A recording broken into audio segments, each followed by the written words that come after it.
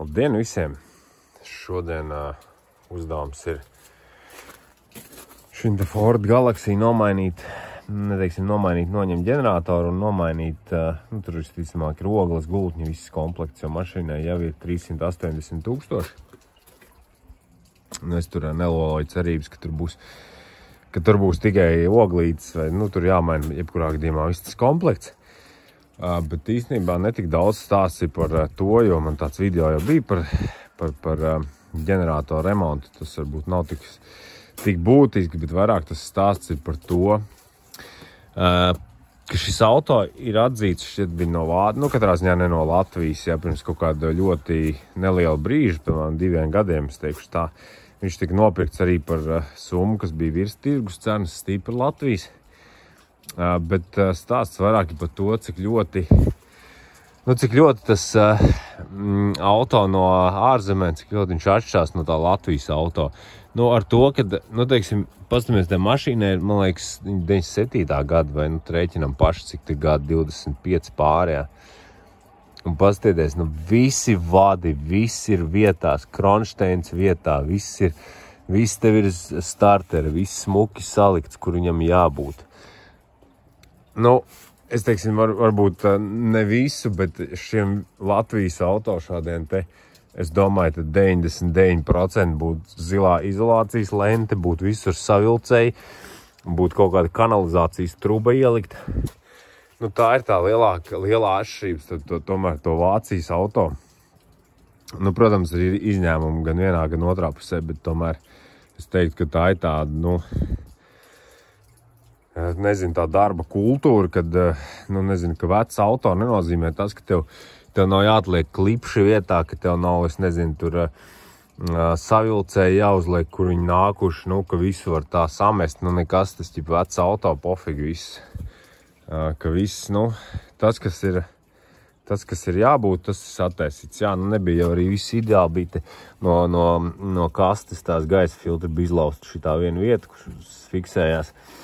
Bet, tas pārējais tomēr palikšu malā. Var redzēt, tas ir viss ir vietā, kur viņam ir jābūt, visi savilcēji, visi kronšteiniņi. Prieks skatīties un prieks arī tādu auto remontēt, ka viss nav ar kaut kādām izolācijas lentēm, ar plasmas savilcējiem salikts un beigās ar drāti pietīts. Tas tā ir, protams.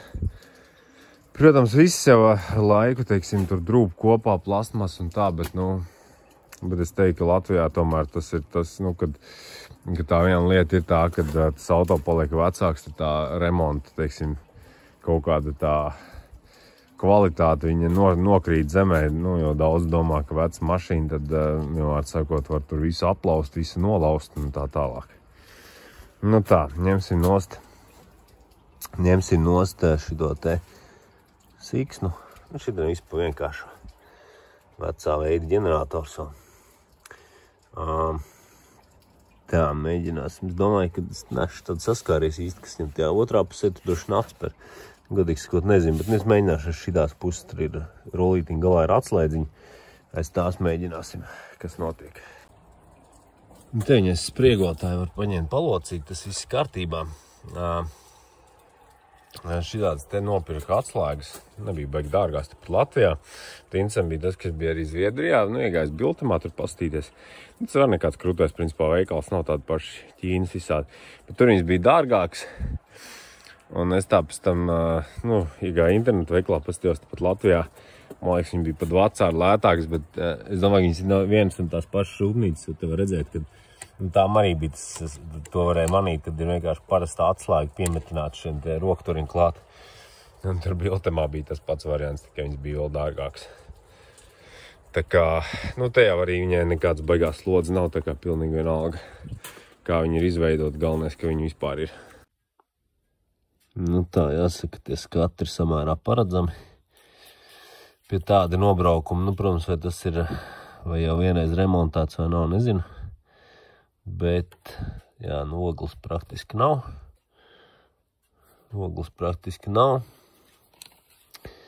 Un nav arī gradzena vidū viena. Tā kā, ir diezgan skaidrs, kāpēc nebija lādēšanas.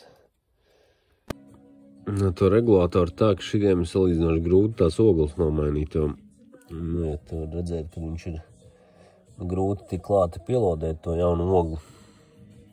Viņam gan nāk tur tāds kā viņas varētu nosaukt, čaulītes tādas, kā kas. Es kaut kad esmu mainījis, es nācos, vai šitien urbu nost, varbūt bija tā, ka šitien tā urbu nost, un tā viņi varēja dabūt visu ārā, un vieglāk bija biški. Tajā otrā pusē ir, tur ir, viņš tuvāk malē, tur nav problēma īsti, bet šitien gan ir biški problēma. Labi izdomāšu. It kā tas, saka, no veiklā viņš bišķi pa dārgi, man liekas, ir 9 eiro maksā tas bošinieks. Tos pārējos, kas ir tie ķīnieši, man kaut kā roku neceļās pirkt. Oglītes ar bošu dabūt pa trīnīti, labāk nomaina oglītes. Jo, nu, ģeneratoris vairs nevienam nelikšu tos lētos poļu, un kas tie pa sūdiem vienreiz ar Opel ieberzos, viss pietiek. Vairāk negribu. Ģeneratoram ogles ne, bet gultņi ar diezgan labā stāvoklī varēs dzirdēt droši vien.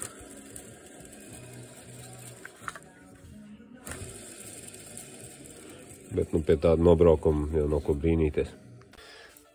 Nu tā, viss lēnām liekās kopā. Tad tas gredzens abi neielūz, pārplīsis, uzlika jaunu. Bet arī man tur bija viens jau rezervē bija garāžā.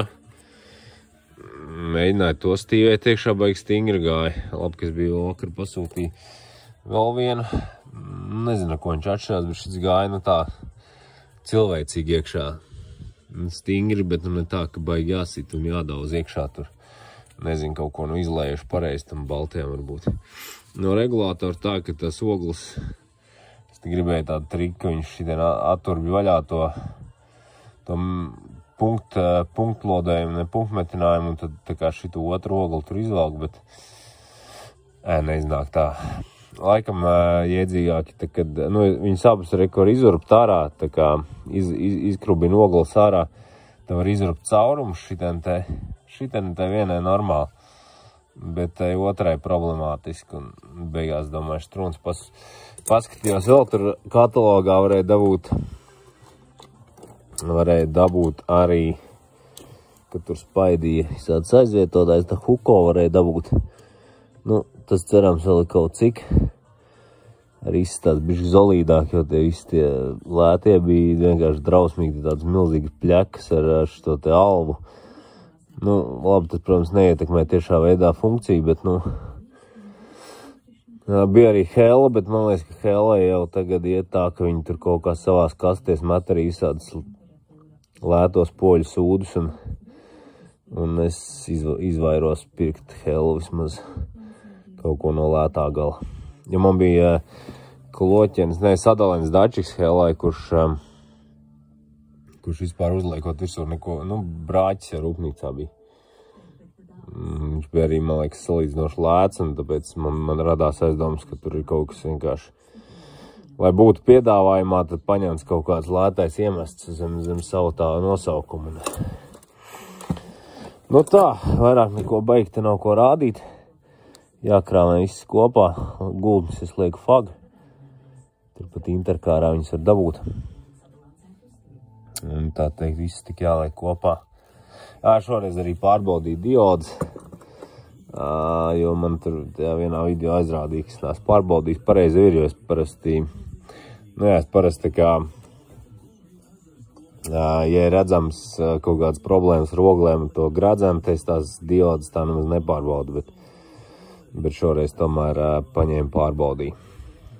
Tā kā man šī tāds barošanas bloks, tās diodas ir pārbaudīt tā, kad es paņemu vienkārši, parādīšu te, salieku uz īso, jā. Nu, teiksim, šitādā veidā viņam nekāda problēmas bloks pacieš, ka viņu saliek uz īso, tad viņam iet 10 ampēru strāvu cauri. Un tādā veidā iziet viņām cauri, jo, nu, tad ar šitādu slodzi viņas tomēr var, teiksim, tā labāk pārbaudīt nekā multimetru. Jo multimetrs viņi pīkstēs, nepīkstēs, viņi varbūt kaut kādu pusdzīvi vēl. Tātad, kad 10 ampēru tur iekrāmē, tad tur toči nezinu, kur ir veseli, kur nav. jāsaka, ka dabūju bišķi pastresot to ģeneratoru. Man šitā laikam nebija bijis bošiem. Vienmēr sakot, es tagad salieku, uzlieku, man liekas, neatceros, kriemels bija uzlikts, bet, vienmēr sakot, sāku viņu vilku kopā, šis 4 skrūvus, kas ir, tā pa bišķi, ka visas pievalkliņas viņas pieskarās un sāk vilkt. Un es jūtu, ka viņš ķīlējās, tas ģenerators. Labi, palaižu vaļā tagad vēlreiz. Un nekas tā kā nepalīdz, teiksim, tā. Un pilnīgi tu griez to rotoru un tāds jūtu, ka viņš barankā būtu, ka vienā vietā viņš pieķer.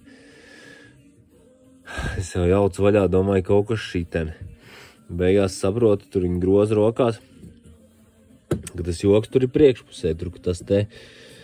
Un sanāk kaut kā tā, viņš nezinu, kurā vietā tieši te ķīlējās, visticamāk tur iznāk tie tāda plāksne otrā pusē, kas spiež to gultni no šitās, no iekšpuses. Un tā kaut kā nebija nocentrējusies, un tur laikam kaut kādā brīdī strīķējās, bet, bišķi nervos iekod, jo nevarēja īsti saprast, kāpēc, es domāju, korpusu šķības vai kaut kas tur salocījies, kāpēc tā, ka vienā vietā ķerās. Šitā man nebija bijis, tiem manis jau pieminētiem Valeo, tiem ir tā stulba, ka viņiem ir tā, kad tas stators, tad šitie iekšējie tīnumi, viņi ir tā kā ieregulējami, viņi nevis iesēžās korpusā, bet viņas pieregulē, un tad tur ir, ja tos izkustina, tad točne pēc tam jautri, bet, bija arī Bošu man tikko jautri. Izskatās, ka der viss kārtībā šis regulators. Jāliek tik uz mašīnas virsū. Es vienmēr šo siksnu cenšos tā kā uzreiz kā atspriegotās tā piesiet, lai pēc tam nav, vienam vai grūti pēc tam viņus visiem tiem skriemeļiem dabūt virsū. Un tad labāk izdara šitā te, un tad viņi palieks mums tiem apakšējiem virsū. Un tā, pāris skrūvus, un tad būs patiesības mirklis. Ko patiesības mirklis? Lampiņa iedegās. Lampiņu nodziest. Viņam vēl interesanti. Tik es pirmo reizi uzliku klēmu un ieslēdzu. Tad viņam tā kā sporta mašīna aiziet līdz maksimumam abas bultiņas. Bet tagad otrais tā nebija. Nezinu, vai tas tā kā uzliek aķi, vai pēc kāda laika viņš tur aiziet gulēt. Viņam jau diezgan komforta bloks kaut kāds ir. Bet labi. Ne par to izstāsts. Stāsts ir par to, kad mums ir 14,2 volti. Var teikt, ka veiksmīgi remonts ir noslēdzies. Jāsaka godīgi, ka man šitas viss bišķi vairāk laika paprasīja, nekā es biju cerējis, jo kaut kā viss diezgan, beigās vēl vispār, kad viņš tur sāk ķīlēties, likās, ka vispār nafīgi es to daru. Bet neko. Arī var redzēt nobraukums. Varbūt, kad ģenerators var izvalkt 400 štukas, bet kaut gan baigi daudz liekas. Vēl palūdzu lampiņu samainīt, bet te jau Fordam akal ir, vai Volkswagens, nezinu, no kā šis te klimats nāk. Viņam te nāk tāda spuldzīta, visu tādu turētāju, vienmēr sakot. Protams, to spuldzītu nomainīt atsevišķi nevar, to droši vien jāpērk pie dīlera visu turētāju. Tāda, ka parasti kvalspūdzu viņa agri vai vēl izdeg, kāpēc tur nevarēja to pašu maziņo, kas daudziem nāk tā miniatūrā, ko var izvilkt un iespraust. Nezinu. Tur jādomā, ko diodi jāielodē. Labi, tas tā. Vienvārds sakot, paldies, kas noskatījās, ieliekat īkšķi. Un tad jau līdz citam video.